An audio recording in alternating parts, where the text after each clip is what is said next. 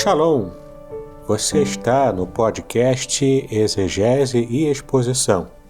Exegese on demand para você. Aqui é o Davidson Bignon. Eu sou mestre em Ciências da Religião, professor de Exegese Bíblica no seminário, pastor congregacional e também publisher editorial. Eu ajudo pastores e líderes cristãos a fazer estudos bíblicos na igreja sem ter problemas com interpretações erradas. Então, se você está pensando em compreender a sua Bíblia com segurança, não deixe de assistir a mais episódios como este aqui. Muito bem, então assine o canal, acione o sininho, curta, comente e também compartilhe. Você poderá me dar uma força me ajudando a ampliar o alcance com os estudos bíblicos de qualidade na internet.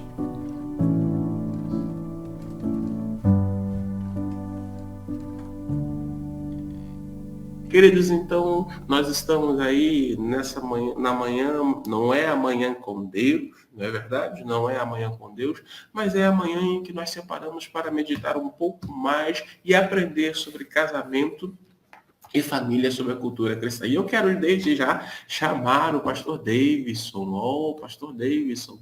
Opa, a ele aí. Bom dia, pastor Opa, Davidson. Tudo bom bem? dia, pastor Aderson, bom dia a todos. Deus nos Show. abençoe nesse dia maravilhoso, né? Shalom a todos. Shalom a todos. E olha só, eu já quero, olha, se você não adquiriu, O ainda livro dá é esse aqui, ó. tempo. Opa! O Ih, tô livro é fazendo outro. propaganda errada, ó. Tô fazendo propaganda errada. Tô fazendo propaganda do outro livro que é de um outro amigo. Desculpa, pastor. Depois eu tenho que É pegar lá esse na aqui, ó. biblioteca. É esse ali, A é verdade. Ética do Casamento Judaico. Ética do casamento judaico. É esse o livro que nós estamos aí, então, fazendo aí o estudo, escrito pelo pastor Davidson. E também ele tem um outro, isso aqui não vou errar não, ele tem um outro livro aqui, ó, o Tem esse Salmo aqui, ó. 23, já esteve conosco fazendo a exposição desse livro. Eu quero então te incentivar, eu quero então te estimular a adquirir o hábito da leitura. O hábito da leitura é muito importante. E aí nós temos a indicação de livros evangélicos e também de livros que não são evangélicos. Faz bem, a tua mente viaja.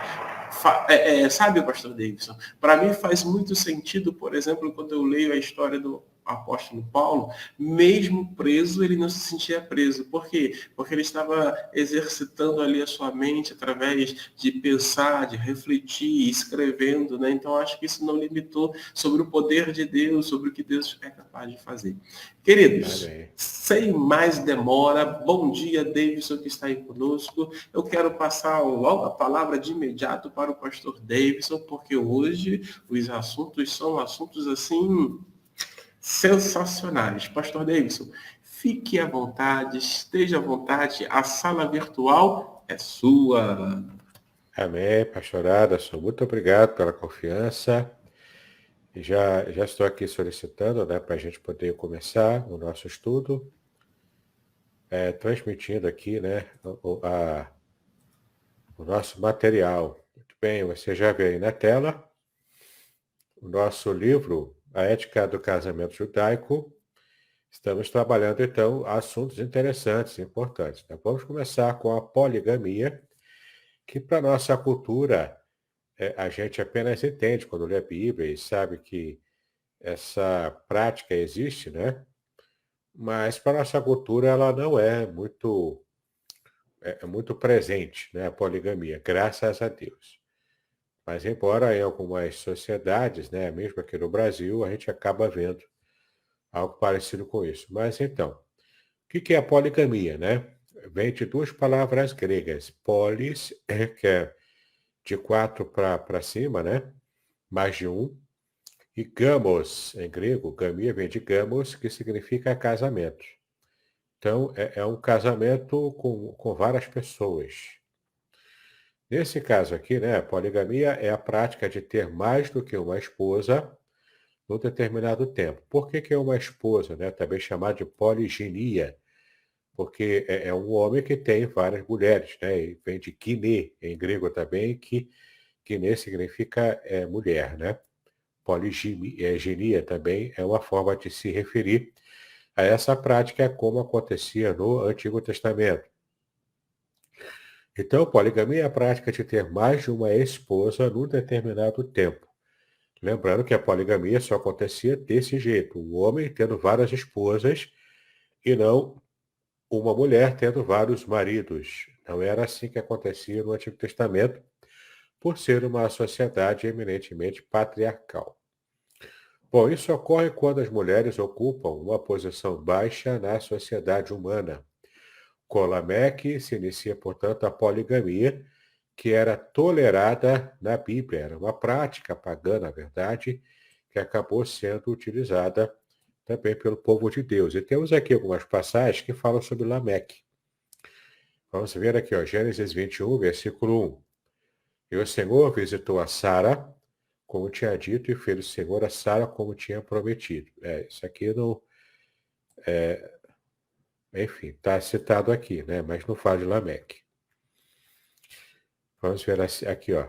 Deuteronômio 21, de 10 a 17.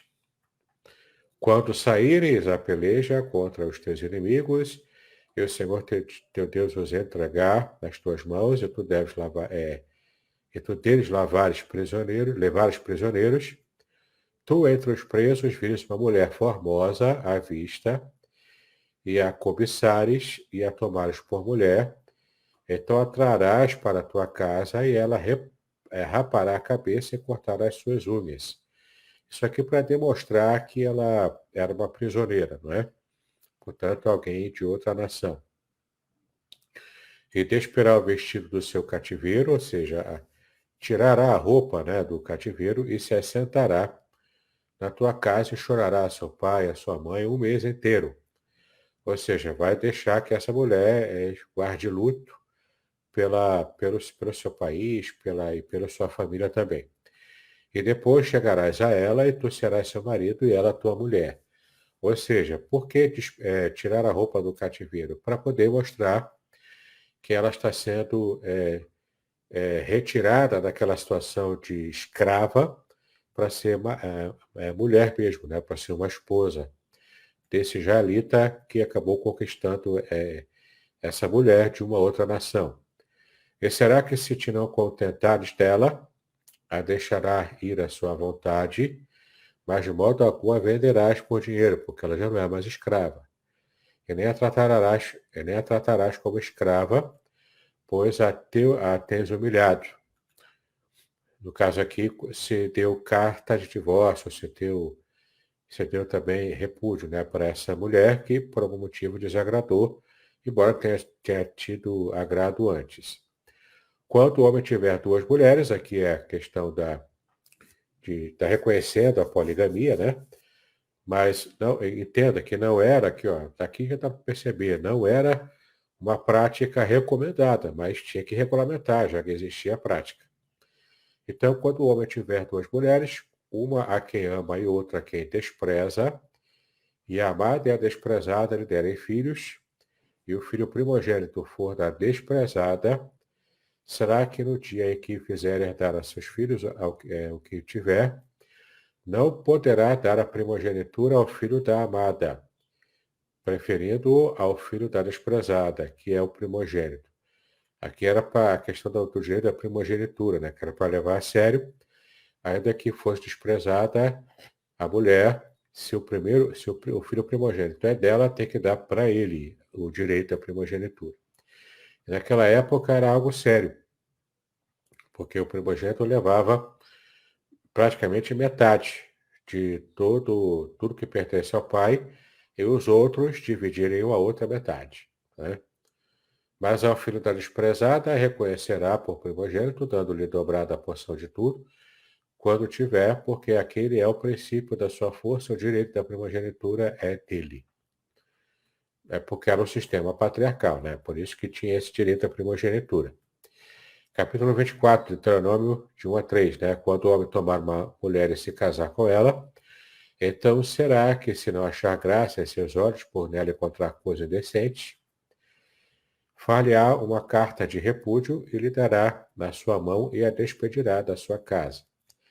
Se ela, pois, saindo da sua casa, for e se casar com outro homem, este também a desprezar, ele fizer carta de repúdio também, a segunda carta de repúdio que ela leva, ele der na sua mão e a despedir da sua casa, ou se este último homem que a tomou para si por mulher vier a morrer, não é? Então está regulamentando aqui o que era para acontecer com essa mulher, né? Então entenda aqui, né? A poligamia era tolerada, porém não era realmente incentivada porque estava muito longe do ideal do casamento monogâmico das origens, né? De Gênesis 2,14. A gente pode ver aqui, ó. E o nome do terceiro rio, pois não sei por que você tem aqui, mas enfim, né? O ideal monogâmico das origens, né? Que estaria em Gênesis 2, mas não esse versículo aqui, porque foi citado errado. Bom, segundo a instituição divina, o casamento lícito consiste em um homem e uma mulher. Gênesis 18, 24. Provavelmente seja esse versículo aqui, não o 14, né? E disse o Senhor Deus, na boca ou esteja só, falei uma estatura idônea para ele, portanto deixará o homem o pai e sua mãe, e apegar-se à sua mulher, e serão ambos uma carne. De fato, ali é Gênesis 2, 24, não 14.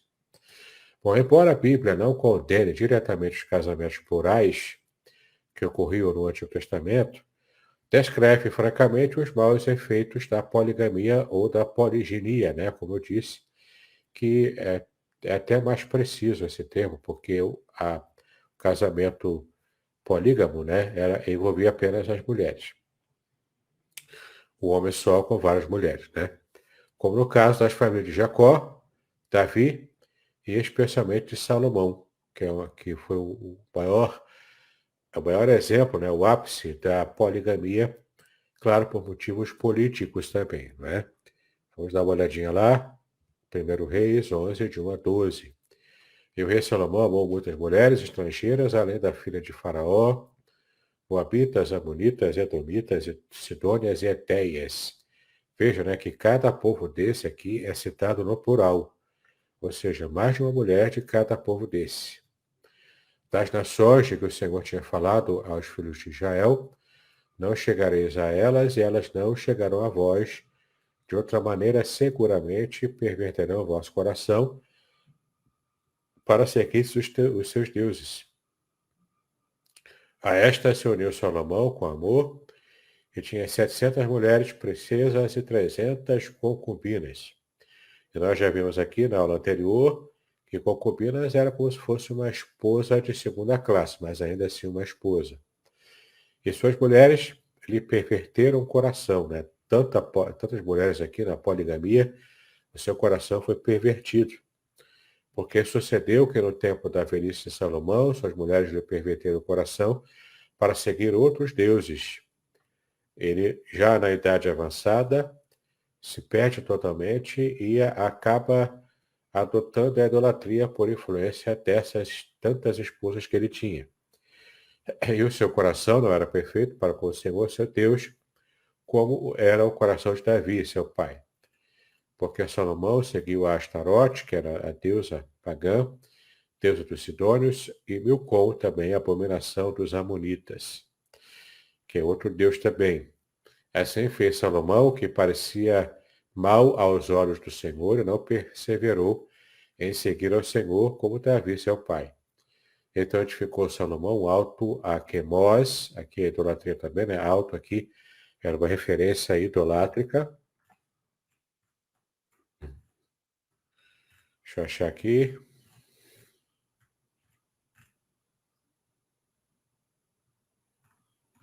Acabei passando, né? Deixa eu ver onde que eu parei aqui.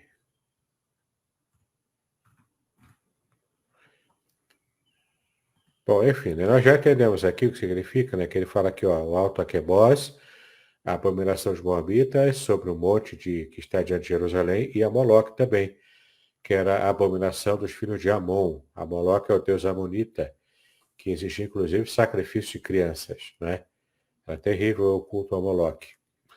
Então, assim ele fez para com as tuas mulheres estrangeiras, as quais queimavam incenso e sacrificavam os seus deuses, e por aí vai, né? Então já entendemos aqui o quanto Salomão foi Um péssimo exemplo de rei já no seu estado final, na sua velhice, por causa justamente da sua intensa poligamia, sua dedicação à poligamia, para que possa, então, fazer, né, todos os seus negócios lá com outras nações, com outros reis e nações pagãs. A paz que ele conquistou, portanto, a paz política, ela teve um preço muito alto. E Salomão se perde, portanto, da sua revelação original que o próprio Deus havia dado a ele, com a bênção original. Né?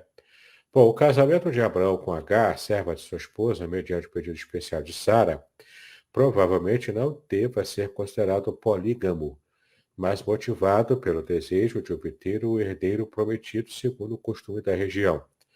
Então, não era propriamente um casamento, mas acabou envolvendo, né, questões familiares ali. Então, não se pode considerar essa situação aqui como polígama. Ou no máximo, talvez, você pensar nessa situação como se a Agar fosse uma espécie de concubina dele, né, que é uma esposa de segunda classe. Por isso houve tanto problema e depois Abraão teve que despedir tanto Agar quanto Ismael, e o resto nós já conhecemos toda a história, né? O seu erro consistia na falta de confiança firme na promessa divina. As escrituras, portanto, relatam os males que resultaram também dessa união aqui, que envolvendo, né, todas as implicações de mau relacionamento entre Agar e Sara, devido ao fato de Sara ser estéril, né, que para a época era realmente uma situação bastante complicada para a mulher que era estéril. Bom, depois de falarmos sobre a poligamia, né, que a gente falou que é a parte mais importante desse assunto, para que a gente entenda e fique muito claro, a Bíblia relata, era tolerado socialmente, mas a Bíblia, em momento algum, dá ênfase ou dá algum respaldo para a poligamia, tá? Então, hoje em dia, então, que não existe socialmente a prática da poligamia, aqui no Brasil, né, principalmente, então a gente não tem nenhum tipo de respaldo, e nem mesmo para citar um versículo qualquer, para poder comprovar, olha aqui, a Bíblia permite a poligamia. Ela permitia naquela cultura, não permite mais, tá? Então, o casamento tem que ser monogâmico mesmo em nossa sociedade. Vamos falar agora do adultério, né? Que era algo também muito importante. Era um problema muito importante, era um pecado muito importante, né? Em toda relação sexual extraconjugal do homem ou da mulher casados, acontecia, portanto, essa condição aqui de adultério, né? Que é realmente consumado pela relação sexual com alguém que não seja o seu cônjuge. Bom, no Antigo Testamento, a mulher é considerada a propriedade do marido e a virgem, antes do noivado, propriedade do pai, tá? Claro que propriedade aqui é um modo de falar, como realmente se entendia antigamente, né? Mas claro que se consideravam as mulheres pessoas, é lógico, não eram objetos, né? Mas é como se fossem pessoas também do ponto de vista cultural, não do ponto de vista de Deus ou do ponto de vista bíblico, né? Já que vimos lá em Gênesis capítulo 2, quando Deus cria Eva, ele cria Eva, que é alguém que é idôneo, que é plenamente equiparado a Adão. Portanto, um ser humano completo, naturalmente, né? Mas devido às questões culturais da época, e a Bíblia apenas relata essas condições culturais, não dando o aval naturalmente a isso, né? Mas ela relata essa condição patriarcal, cultural da época, e que colocava a mulher mesmo como a propriedade do seu marido. Tanto que ela chamava o marido de meu senhor, né? De Adonai, meu senhor em hebraico. Por isso, o adultério da mulher e a defloração de uma virgem são um crime contra a lei e contra o direito da propriedade. Porque você estaria maculando a propriedade de uma outra pessoa. Era essa a ideia, tá bom? Punível com a morte, inclusive. né? Olha só, como se levava a sério, né? Vamos dar uma olhadinha aqui em Deuteronômio 22. Quando o homem for achado deitado com a mulher que tenha marido, então ambos morrerão. O homem que se deitou com a mulher e a mulher também, assim tirarás o mal de Israel. Veja bem, tem que matar com apedrejamento os dois, não apenas a mulher. Né? Como a gente já viu aqui, a lei prescrevia isso. Daí você tira naquela situação de Jesus com a mulher adúltera, ninguém adultera sozinho, né? Cadê o homem que não foi levado também para ser apedrejado? Tinha que ser levado, e não apenas a mulher. Quando houver moça virgem, desposada, e o homem achar na cidade, se deitar com ela, então trareis ambos à porta daquela cidade, os apedrejareis até que morram. Sempre os dois, tá vendo? A moça, porquanto não gritou na cidade, e o homem, porquanto humilhou a mulher do seu próximo. Assim tirarás o mal do meio de ti. E ela estava desposada nesse caso aqui. Nesse exemplo aqui, a mulher está desposada, ou seja, noiva. Não tinha ainda consumado o casamento, mas já se considerava esposa, né, praticamente, embora sendo noiva ainda, e, portanto, não se podia fazer nada disso. Se algum homem no campo achar uma moça desposada, ou me forçar a tentar com ela, então morrerá só o homem, porque se tentou com ela, no caso aqui forçando, né, um estupro.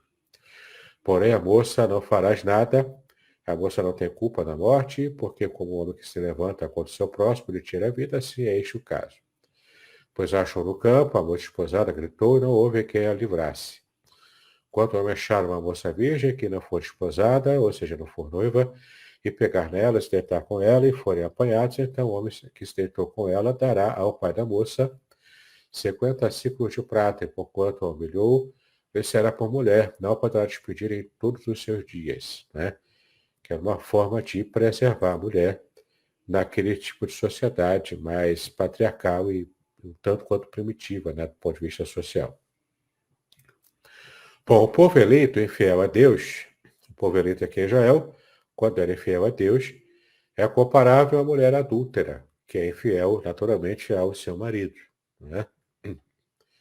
Então veja aqui como que Deus leva a sério tanto essa questão do casamento e a fidelidade, que ele inclusive coloca como uma imagem, né, de pleno adultério espiritual entre a nação de Israel, quando se desviava da adoração a Deus para adorar aos deuses dos outros povos. A palavra hebraica para adultério é naap. Naap, tá? Esta raiz representa relações sexuais com a esposa ou noiva de outro homem. Aparece 34 vezes na Bíblia. A importância dessa raiz se verifica por ela constituir um componente básico da lei social, e o seu uso teológico-religioso revela um elemento principal na religião de Israel. O sétimo mandamento requer pureza sexual. Isto contrasta com a infidelidade e promiscuidade sancionada e praticada pelos cultos oficiais dos outros povos. A religião de Yahweh representa o adultério como um crime odioso contra Deus.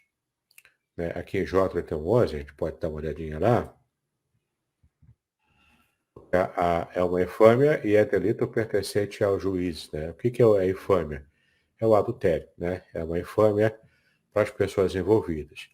Então, Jó 31:11, onde o adultério é visto, entretanto, a palavra naap não é usado, tá? Mas ali se refere no contexto ao adultério. É representado ainda como uma brecha no contrato de matrimônio ante o próprio Deus, ou seja, uma desonra feita a Deus, colocando o homem acima de Deus. Um ato rebelde feito com deliberação desnecessário, né? Ou seja, um ato de rebeldia feito de propósito, né? É o que ele quer dizer, com planejamento prévio. Então, portanto, algo desnecessário, evidenciando a maldade de quem faz o ato do adultério. O tipo mais alto de roubo, isto é, roubando a carne do próximo, que ele faz um asno selvagem insensato. Jeremias 5:8, né? Compara o adúltero a esse asno insensato. Como cavalos bem fartos, levantam-se pela manhã, recheando cada uma mulher do seu próximo, né? O adultério aqui. O meio de destruir a reputação da própria pessoa também, ou de prejudicar a sua própria mente, etc., né? Então, a Bíblia é bastante implacável contra o adultério. Por conseguinte, debaixo da lei de Moisés, o adultério, até mesmo com uma menina comprometida, merecia morte, ao passo que a fornicação, em hebraico zaná, não era passível de morte. Fornicação é a relação sexual entre duas pessoas, sem que nenhuma delas esteja casada.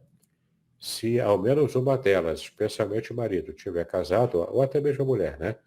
Se estiver casada, era adultério, tá bom? Quando ambos não são casados, fornicação, em hebraico zaná. Não era passível de morte. Por quê? Porque era-se obrigado a fazer o casamento e não podia se separar depois, além de pagar uma indenização ao pai da moça, não é? Como a gente já viu aqui. Até mesmo desejar a esposa de outro homem estava errado. Aqui é a questão do 10º mandamento. A pena de morte era, em alguns casos, queimar a própria pessoa. Veja só, né? Morria-se queimada. E, mais geralmente, apedrejá-la, que era o mais comum. O divórcio, com exceção de deslealdade, era odioso a Deus, em algumas circunstâncias expressamente proibido. Vamos falar mais sobre o divórcio mais à frente, tá? Talvez tenha tempo de falar hoje ainda. Então, o divórcio era normalmente odioso para Deus, a menos que houvesse o adultério. Então, o adultério de uma das partes era um fator preponderante para justificar algo que já era normalmente odioso a Deus, que é o divórcio, tá? Então, olha que interessante, né? O ódio de Deus pelo divórcio não era maior do que o ódio pelo adultério, não é? Esse era um fator cultural muito importante na época, então. Em algumas circunstâncias, expressamente proibido, propriamente proibido, né, o divórcio. Porém, por causa da dureza do coração de Israel, isso foi atenuado em Deuteronômio 24:1. Houve uma atenuação. Não porque era o plano original, né, o divórcio, mas porque era necessário devido à dureza do coração. Então, quando o homem tomar uma mulher e se casar com ela, então será que, se não achar graça em seus olhos, por não encontrar coisa indecente, pode ser um detalhe, pode ser uma verruga, alguma coisa assim, né? Far-lhe-á uma carta de repúdio e lhe dará na sua mão e a despedirá da sua casa. Então, estava regulamentando uma prática indiscriminada que acontecia, que era o divórcio por qualquer motivo, né?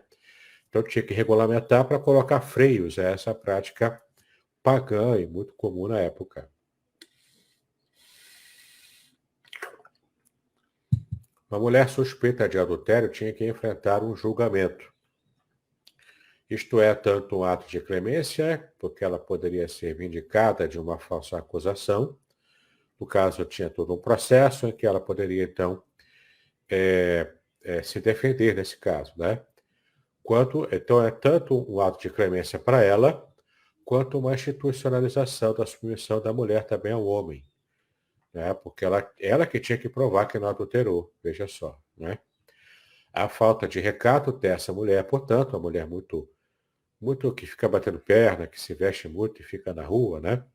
É a falta de recato, visto como um induzimento desnecessário ao adultério. Então, essa falta de recato foi uma prática proibida, tá? Mulher que fica recatada do lar, não é como fizeram piada aí com a esposa do Temer, né? Eu acho que agora é ex-esposa do Temer, do ex-presidente Temer, né? Mas, de fato, o recato da mulher era algo importante, tá? Na sociedade bíblica daquele período. Os homens religiosos buscavam disciplinar os seus olhos, para não ficar olhando, né? E daí cobiçando a mulher do próximo. E, consequentemente, também, né? Controlar as suas mentes. A prostituição foi proibida. Os sacerdotes receberam ordens para que não se casassem com uma prostituta. E eu vou voltar aqui um pouquinho, é interessante a gente perceber o quanto cabia ao homem. Mesmo na cultura patriarcal, cabia ao homem disciplinar a sua mente e os olhos, para não ficar tanto vazão à lascívia, né, que é esse pecado, essa luxúria mental. Não é? Isso aí para ele manter a pureza dele próprio. Né? Mas é interessante, a cultura colocava sobre o homem a responsabilidade. E sobre a mulher, o fato de ela não ser uma mulher provocativa, né, para os homens, de modo geral. Então a mulher seja recatada, o homem seja puro na mente e também no coração, né, para não se corromper. Podcast Exegese e Exposição. Exegese on demand para você.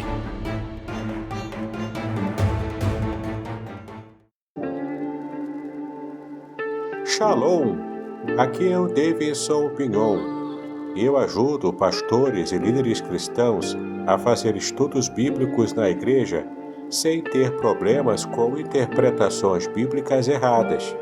Então, se você está pensando em compreender a sua Bíblia com segurança, não deixe de assistir a mais conteúdos como este aqui neste canal.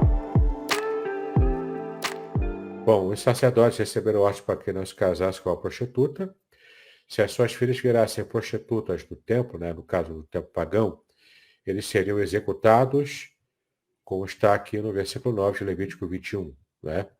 A prostituição religiosa, a homossexualidade também, e a bestialidade, que a gente vai ver no capítulo seguinte, e ultrajar as vestes do sexo oposto eram proibidos como violações da santidade do matrimônio. Olha que interessante, até o modo de vestir. O jeito de se vestir também, porque não basta só você não ser um ímpio, né, e não cometer pecados, mas se você se veste parecendo um ímpio, isso também é considerado pecado. Olha só, Deuteronômio 22, versículo 5. Não haverá traje de homem na mulher, e nem vestirá o homem roupa de mulher, porque qualquer que faz isto, a abominação é ao Senhor teu Deus. Né? Então a Bíblia é bastante clara, inclusive, com essa questão das vestimentas, porque tem até certa lógica, né? Se você quer se parecer com alguém, é porque você admira esse alguém. Né? Se você quer se vestir parecendo uma outra situação que não é a que você naturalmente herdou, né? E é porque você deseja ser daquele jeito. Então, isso demonstra o que está lá no íntimo do seu coração. Os cônjuges, né, quem é casado, eram da comunidade da aliança, ou seja, a prática da endogamia que nós já estudamos aqui, que é casar entre parentes do mesmo clã, da mesma tribo, né? As mulheres cativas se tornaram membros da comunidade da aliança em virtude do matrimônio. A poligamia implicitamente proibida na aliança da criação, provavelmente foi proibida também em Levítico 18:18. Dá uma olhadinha lá. Não tomarás a mulher juntamente com a sua irmã para fazê-la sua rival, descobrindo a sua nudez diante dela em sua vida. Então, olha só, né? Se pegou uma mulher cativa, era só ela, não a irmã dela junto, para evitar a poligamia de uma forma implícita aqui, não é? E para não criar rivalidade entre as irmãs, olha que legal, né? Porque, de fato, quando havia poligamia, era muito comum ter rivalidade entre as mulheres, disputando a atenção e o carinho, o amor do marido, do mesmo marido. Né? O matrimônio era constituído como uma aliança perante Deus. Era exigida, então, a habilidade comprovada pelo marido para sustentar uma família, no caso aqui, o dote. Era uma prova de que ele podia sustentar. E também de amar a sua esposa, como está em Provérbios 5. Né? Então, era muito comum esses cuidados aqui na própria sociedade. O uso teológico da raiz Naap, que é adultério, né, acrescenta uma dimensão instrutiva à teologia da aliança. Estudos contemporâneos da aliança demonstram que as alianças bíblicas possuíam paralelos com antigos tratados de lei. A palavra em questão não faz lembrar do fato de que Deus se relaciona com o seu povo, não apenas como rei soberano, mas também como marido. Né? Era essa imagem aqui de Deus como marido e Israel como esposa.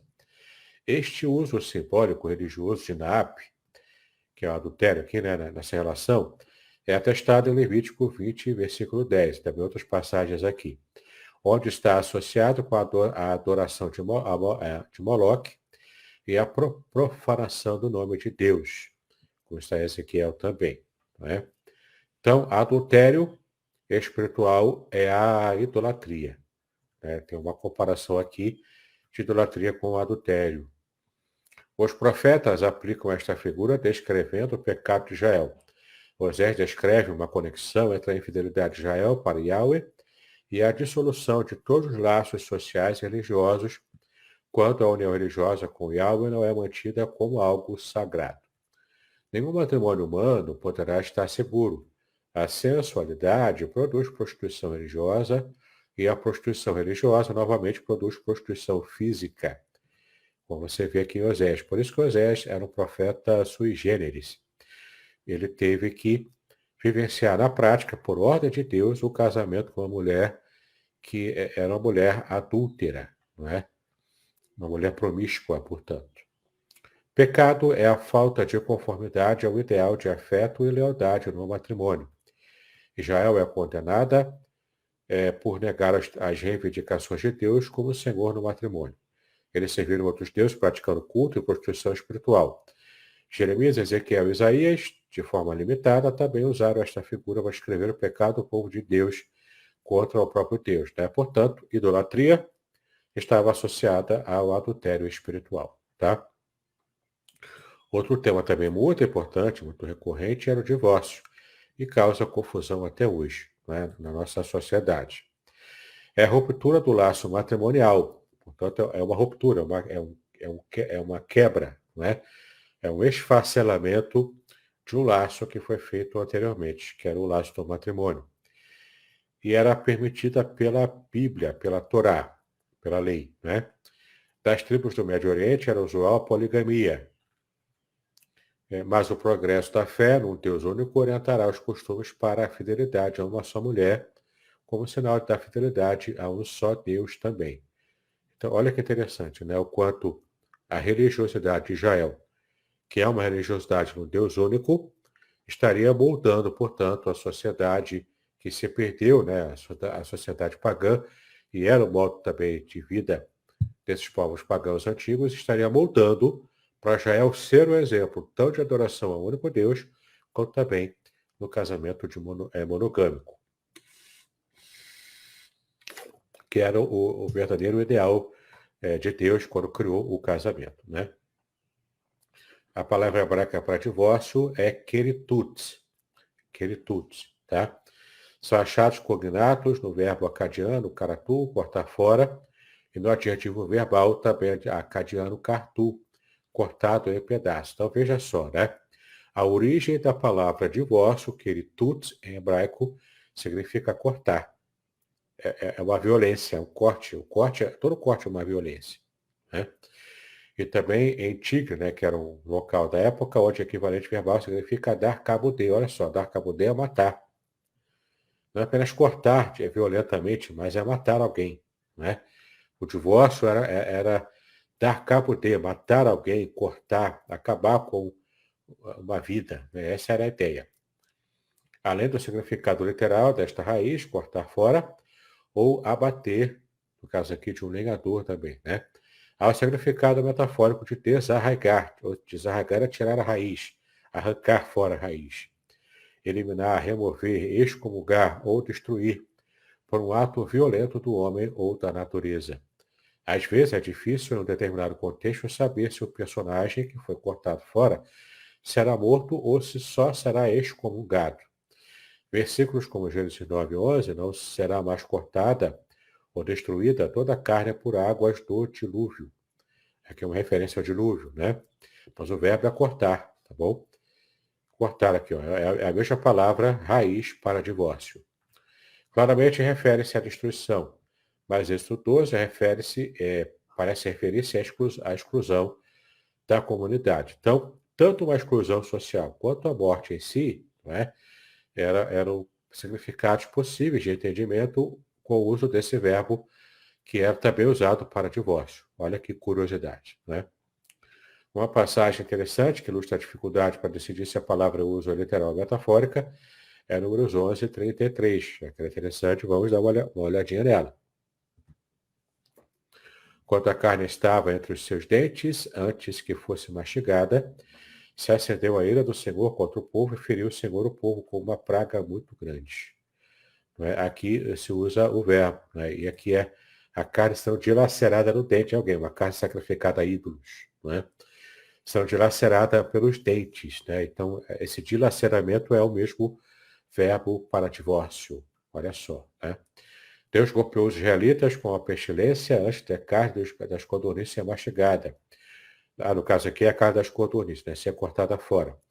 Ou será que o Senhor os feriu enquanto eles ainda estavam comendo codornizes, antes de elas deixarem de vir ou serem removidas?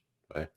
Então, é uma curiosidade aqui, né? Mas a ideia é que o verbo associado ao divórcio é destruição, quebra, ruptura, corte, está associado à violência. Tá? O uso mais importante da raiz é cortar uma aliança, né? Cortar um berit, que é uma aliança em hebraico. A palavra aqui está repleta de significado teológico. A aliança deve ser cortada, porque a matança de animais era uma parte do ritual da aliança. Quanto a isso, Gênesis 15 é uma passagem significativa, né? Deus fez ou cortou uma aliança com Abraão, versículo 18, envolvendo então uma cerimônia misteriosa que era uma prática antiga, tá? Animais eram cortados ao meio e as partes eram postas uma defronte da outra. Este ritual não simbolizava a união das duas partes contratantes, designada pela chamada está atravessando entre os dois pedaços, porque esse sentido não se ajusta com Jeremias 34. E também não significava a unificação mística sacramental das duas partes, porque em Gênesis 15 e Jeremias 34, só o sujeito da aliança passa pelas partes dos animais, né? E também não significava a purificação do que passa entre os meios dos animais. E nem que esta pessoa recebe a essência da vida liberada pela morte do animal, para aumentar os seus poderes, porque nenhuma dessas interpretações encontra apoio no contexto.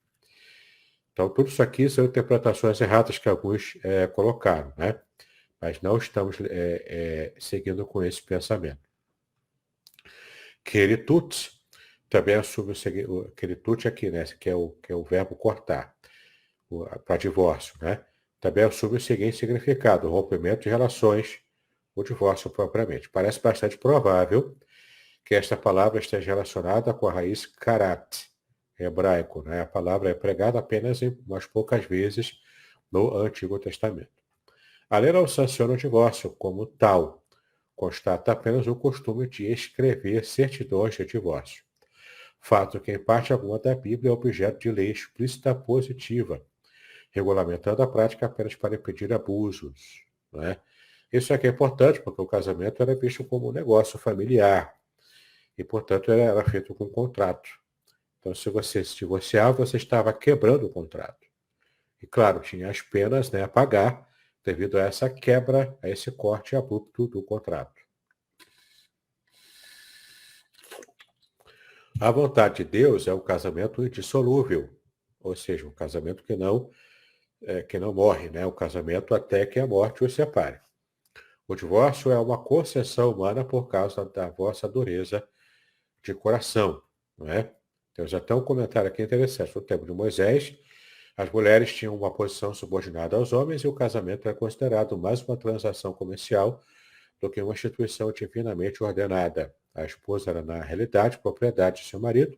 Ele tinha que lavrar um termo de divórcio e entregar a ela para que pudesse mandá-la embora de sua casa. Isso aqui é uma referência ao livro aqui, Divórcio à Luz da Bíblia, publicado por Vida Nova. Tá bom?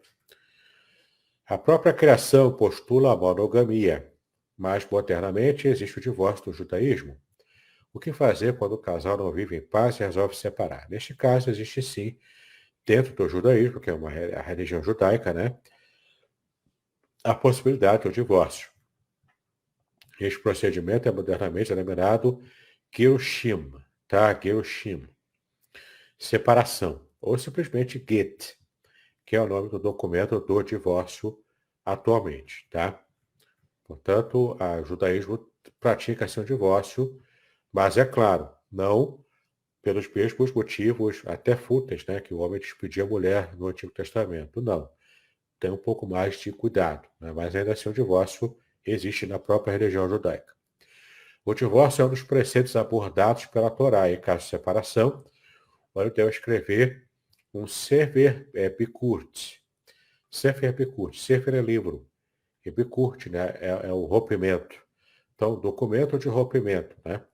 Entre ele e a sua esposa, conforme consta na Torá também. Então, isso aqui é a prática moderna do judaísmo para o divórcio. Porém, surge aqui uma pergunta. Sabemos que pelo judaísmo o casamento é sagrado e cada pessoa deve se casar.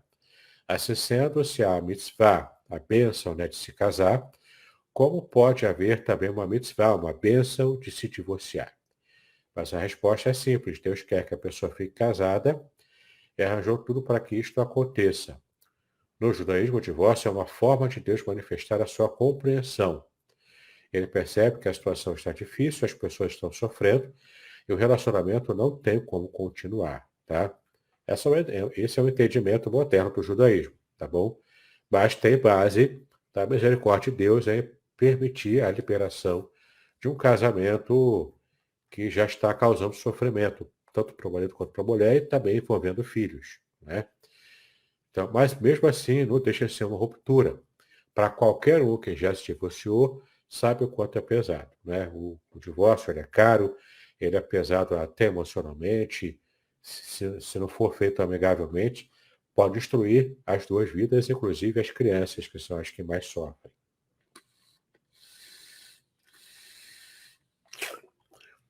Então, a obrigação do rabino é se esforçar ao máximo para fazer a paz entre o casal.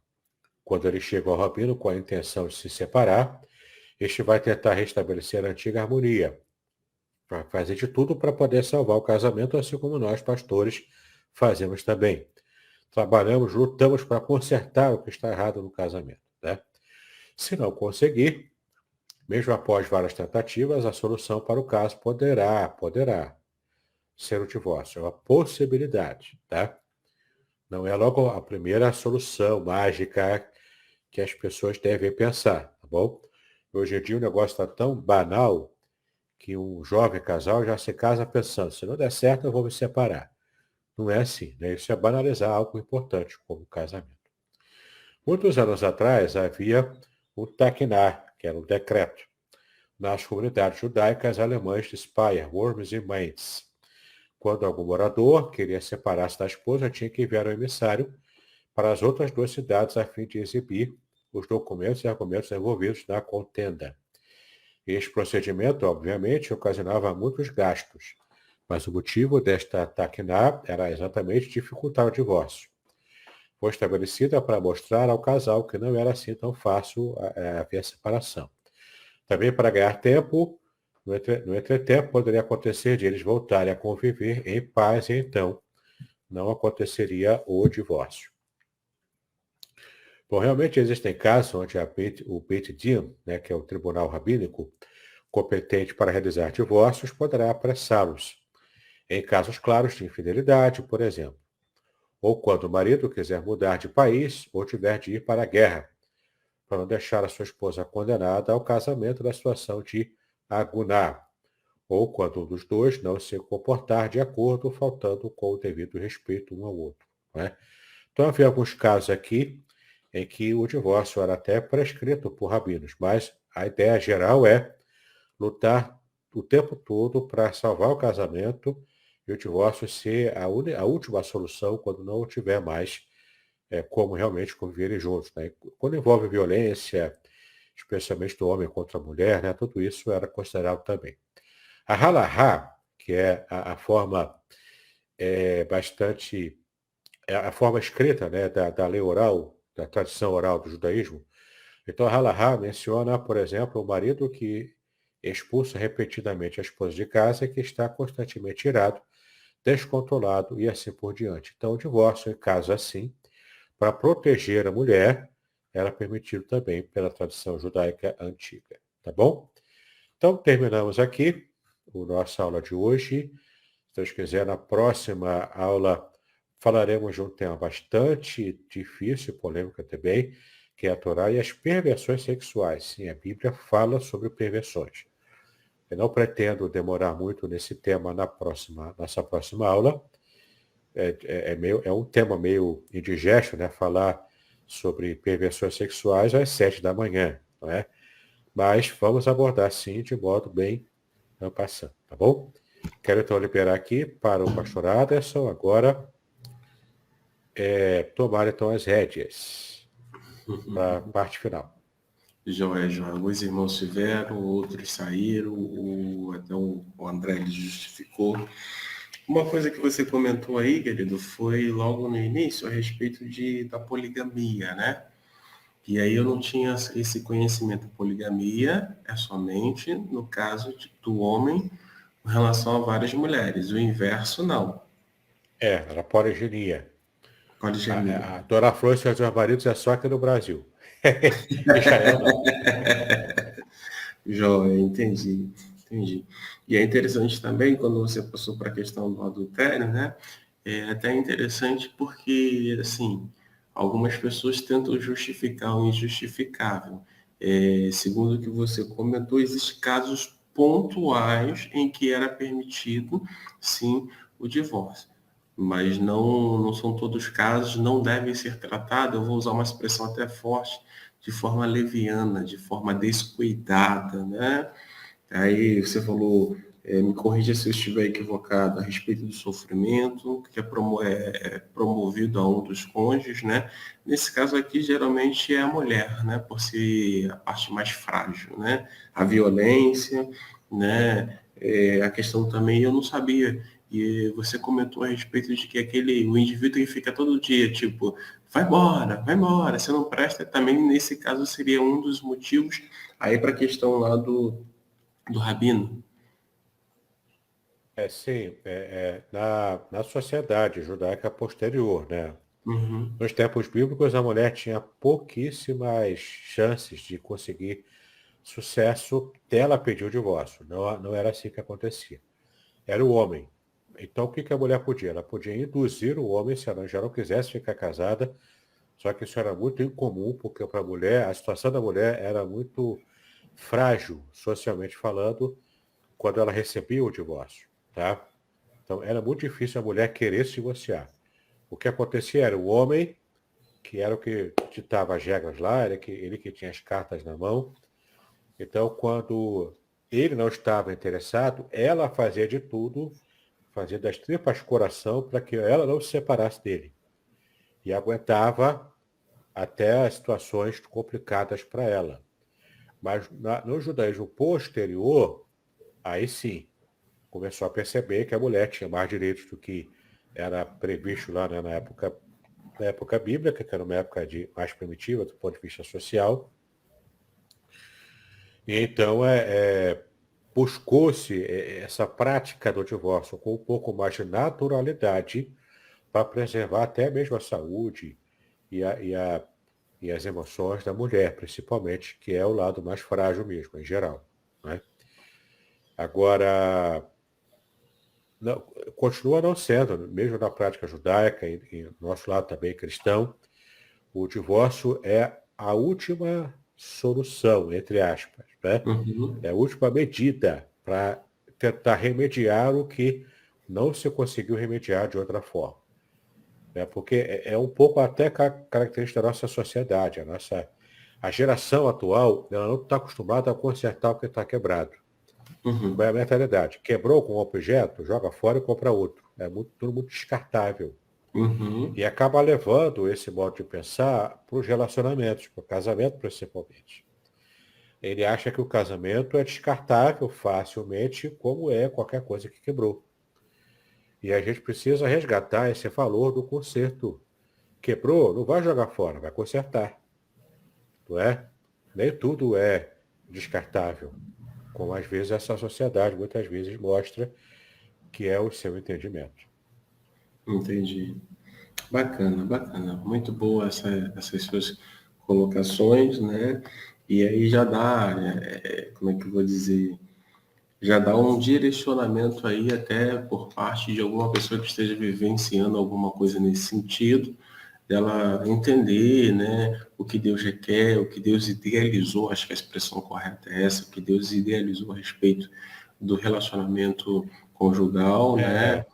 O mais importante para nós hoje é pegar o princípio geral do que está envolvido no ensino bíblico, né? Se está havendo briga, violência dentro de casa, o divórcio pode ser uma possibilidade, sim, mesmo na nossa vivência cristã, tá? Uhum. Tem que assegurar a saúde da mulher.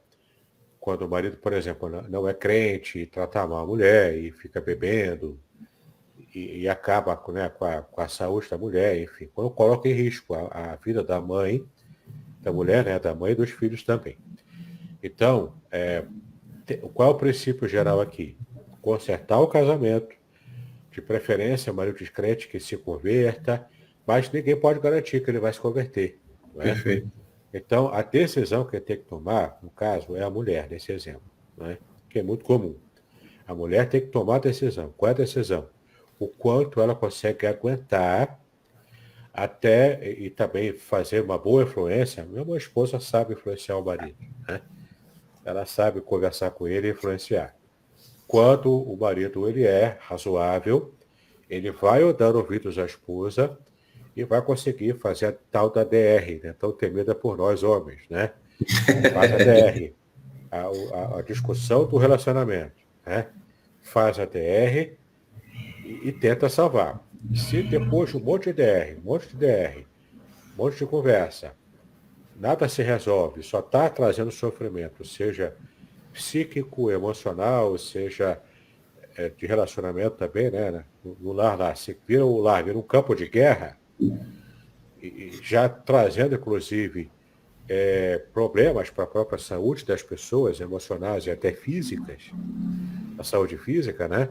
Então, meu chapa, não tem jeito. Mas procura o divórcio de modo correto. E aí que vem a grande dica. Tem passos para fazer isso, entendeu? Não é já se relacionar estando casado ainda. Isso é adultério, entendeu? É pecado Aí perante Deus, é perde, abominável perante Deus. perde aí, Então, inclusive, aquele sentimento de estar certo, né? exato, entendeu? Faz do jeito certo. Qual é o jeito certo?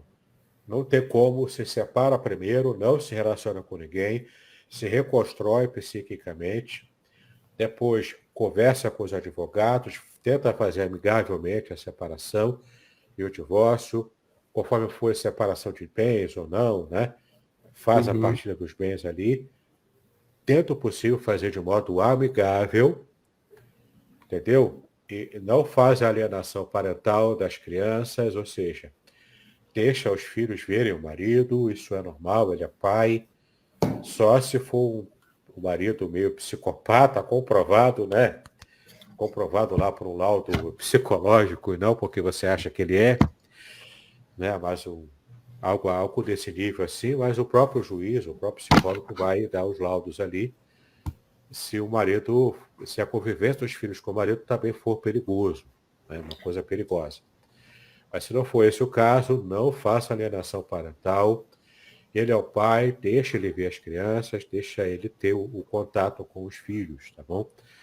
E, enfim, cada um, depois de tudo certo, o divórcio aconteceu, está plenamente separado, está plenamente divorciado no papel, aí sim, está livre para um novo relacionamento.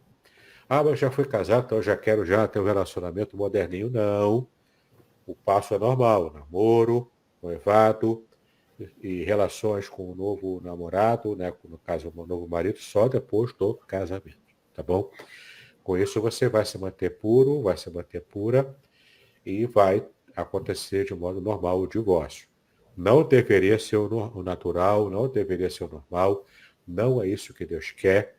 O ideal é que você se case e permaneça casado. Talvez por isso, como eu e tantos outros também na nossa sociedade, prefere casar mais tarde. Se manter puro, não é ter uma vida promíscua na juventude, né? Se manter puro, mas quando encontrar a pessoa certa com um pouco mais de maturidade na vida, você consegue ter uma escolha mais razoável, mais madura, então é mais difícil você se arrepender e querer se separar mais à frente. Acontece também, mas é mais difícil. Quem se casa muito cedo pode não ter maturidade na época do casamento para poder manter aquela... Porque no casamento é normal isso, você não vai ter aquele estado de paixão avassaladora até o fim da vida. Não é assim, Uhum. entendeu? O casamento entra em rotina e de vez em quando você vai fazer a manutenção do casamento, vai quebrar a rotina, tenta, né, vai se esforçar para quebrar a rotina, mas não tem jeito, né? O casamento também envolve essa convivência funcional entre marido e mulher, cada qual cumprindo o seu papel no relacionamento. Quando tem filhos também, pai e mãe tem que cumprir o papel de pai e mãe.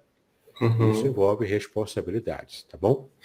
Deixa eu fazer aqui umas perguntas. Algumas pessoas fizeram algumas perguntas, mas no anonimato, elas não querem, né, se É, identificar. Aí mandaram para o meu zap, sem problemas. ok. Uma das perguntas é a seguinte: uma das questões que a gente abordou aí, que você abordou ainda há pouco, inclusive, né, que tem a ver com em colocar em risco a situação da mulher. Aí uma pessoa perguntou o seguinte, questionou, levantou a seguinte indagação. E naqueles casos em que as brigas passam de brigas simples e começam a trocar ofensas, e ofensas assim abusivas, né? Esse também seria um dos casos. Assédio moral, né? Exato. Então também Depende entra. depende do nível das ofensas, né? Se for ofensa muito pesada, que realmente mata a pessoa por dentro, né? Mata as emoções, a psique. Ainda assim, sempre o princípio é o mesmo, a tentativa de salvar o casamento para que não haja ruptura definitiva. Só se pensa no divórcio, que a ruptura definitiva é uma ruptura violenta, a gente viu aqui que o significado em hebraico do divórcio é o corte violento, né? Então, só realmente se não tiver como você suportar, entendeu? Se já se tornou uma coisa insuportável. Se não for esse o caso, de já se tornar uma coisa insuportável, se não for esse o caso, então procura ajuda, né? Procura um psicólogo, um terapeuta familiar, terapeuta de casal, isso tudo ajuda a suportar. E quem sabe até não perder, não cometer a ruptura definitiva do casamento. Joia. E aí uma outra pergunta que foi feita aqui, que você falou aí uma coisa que é super importante. Uma vez que não tenha como continuar, se chega à última instância, que é justamente a questão do divórcio, né?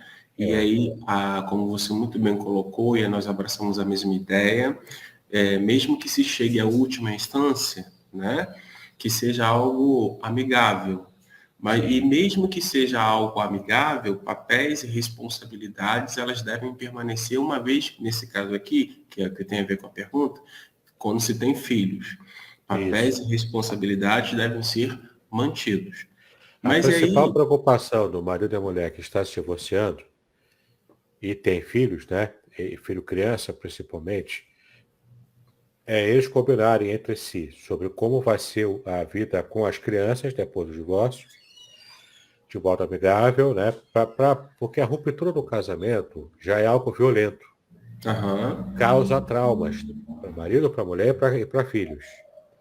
Se conseguir resolver de modo amigável, vai diminuir a chance do trauma ser maior, entendeu? Vai diminuir o impacto. O certo. impacto vai existir, vai continuar existindo, é uma ruptura, é um corte. O impacto vai continuar, mas você vai atenuar os efeitos desse impacto. Se resolve de modo amigável.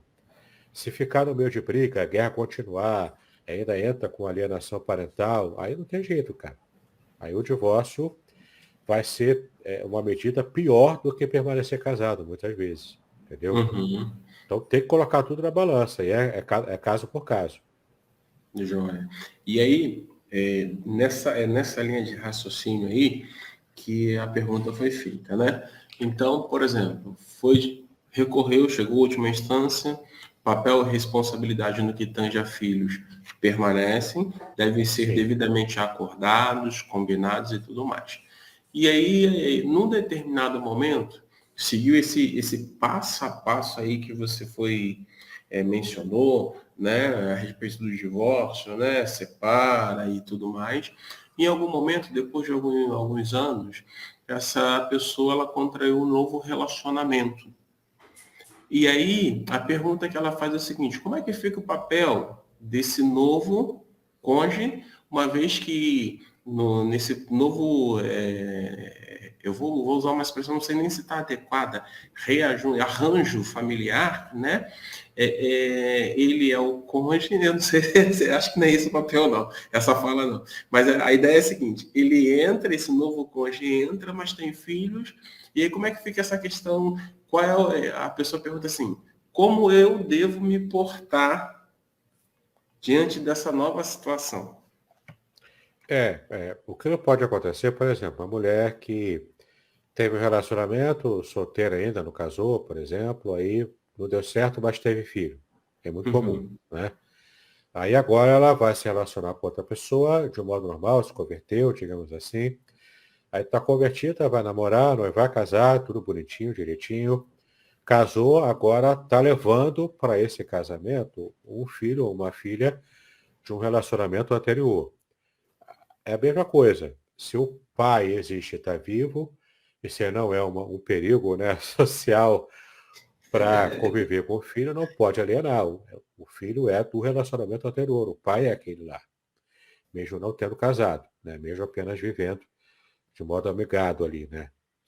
Mas o novo o casamento real, para todos os efeitos, o marido atual, né, o marido real, ele não é o pai biológico, mas é uma espécie de figura paterna também, que ele, Certo. sendo cristão também, ele não vai dar pitaco na criação do filho dos outros, mas enquanto a criança estiver na casa dele, e ele é o marido, a criança tem que entrar no esquema, no novo esquema, com o novo marido, entendeu? Uhum. A criança tem que se adequar a isso, a criança adolescente. Vai ter conflito? A chance de ter conflito é grande. Mas quando o cara quis se casar com a mulher que já tinha um filho anterior, ele já está, se ele for maduro, ele já sabe onde está entrando. Ele sabe o quanto é difícil o papel dele enquanto padrasto, entendeu?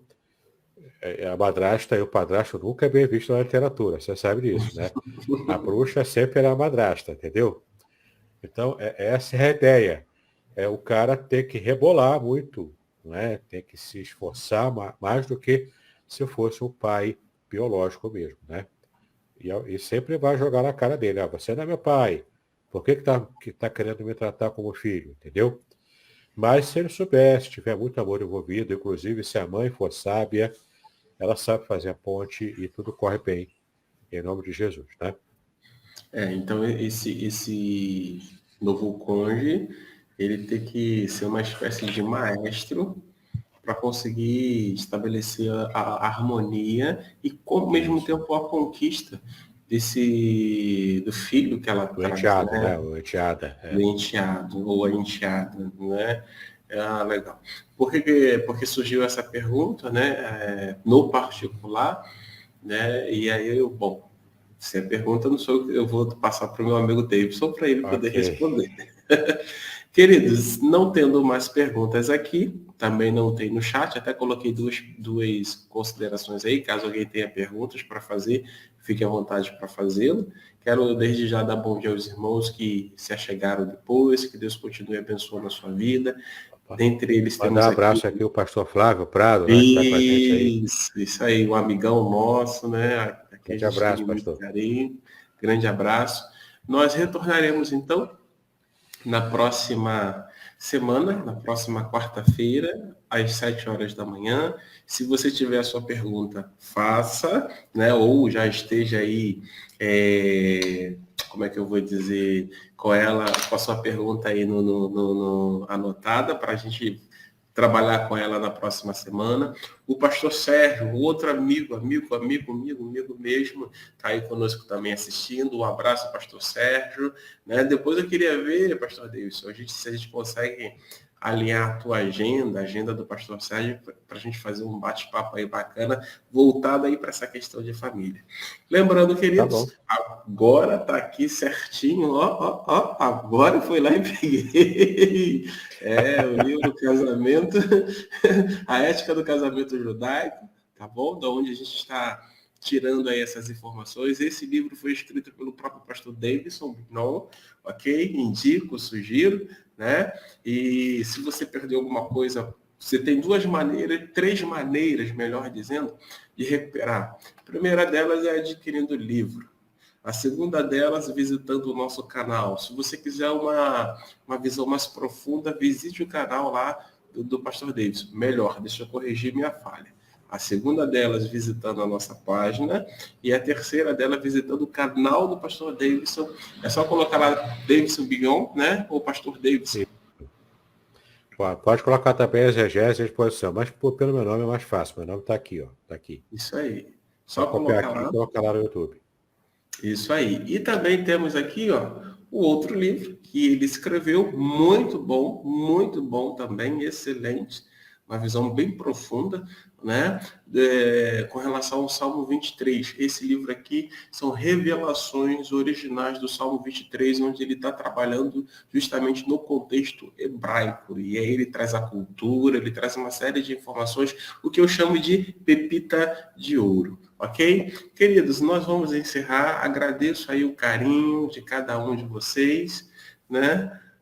Só colocar... Piada do pastor Flávio. Uma piada do pastor Flávio. Heréticos, aí me acha na internet. Você não vai achar, rapaz. Assim não acha, não. Não acha, não, né? Ok. Queridos, queremos então agradecer a vocês. Na próxima quarta-feira, a partir das 7 horas da manhã, estaremos mais uma vez fazendo o nosso estudo. E amanhã e sexta-feira nós temos aí a nossa Manhã com Deus, e eu quero convidá-los. E aí eu quero já fazer um convite ao vivo ao pastor Flávio. Pastor Flávio, o senhor está sumido. O senhor não tem mais vindo aí na nossa sala virtual aí para poder trazer uma devocional. Fica aqui o convite, tá bom? Para que você apareça. E o pastor Sérgio também, mas ele está aí pegado aí com algumas coisas, então estamos aguardando ansiosamente o retorno dele. Ok? Tenham todos um bom dia. Eu quero convidar então o pastor Davidson que faça a gentileza de orar por cada um de nós, pedindo ao Senhor as suas bênçãos e a sua sabedoria a nós para lidar com os desafios deste dia. Amém. Vamos orar então. Pai, nós te exaltamos pelo privilégio que tivemos em estudar a tua palavra, temas tão espinhosos, ó Pai, que afetam inclusive a vida pessoal de muitos. Pedimos a tua graça e a tua misericórdia para aqueles que estejam enfrentando o processo, ó Pai, de divórcio, ou que já enfrentaram, mas ainda lutam com as consequências desses processos. Pedimos a tua graça, a tua misericórdia, a sabedoria que vem do alto, paciência, ó Pai, e também essa força para poder se reinventar e reconstruir a sua própria vida. Amém. Pedimos a tua graça sobre eles, sobre cada um de nós também, nós que ainda estamos, por sua graça, casados, que possamos nos manter fiéis, para que não haja nenhum tipo de atropelo no nosso relacionamento familiar. Amém. Pedimos a tua bênção, a tua graça, em nome de Jesus, é como nós oramos, agora e para sempre. Amém e amém. Amém. Então, até quarta-feira, com relação ao nosso estudo específico, casamento e família, segundo aí a perspectiva bíblica, e amanhã e sexta-feira estaremos tratando aí da Manhã com Deus. Shalom a todos. Pastor Davidson, mais uma vez, o meu agradecimento, o meu carinho, a forma que eu tenho encontrado de poder agradecer, estar sempre orando por sua vida, amém, por sua esposa Márcia, por aquilo que Deus tem colocado sob sua responsabilidade. Ok? Eu é que agradeço a todos pela atenção, pelo carinho, pastoraço em família, a Igreja de Aracruz, e shalom a todos. Até semana que vem, se Deus permitir. Shalom.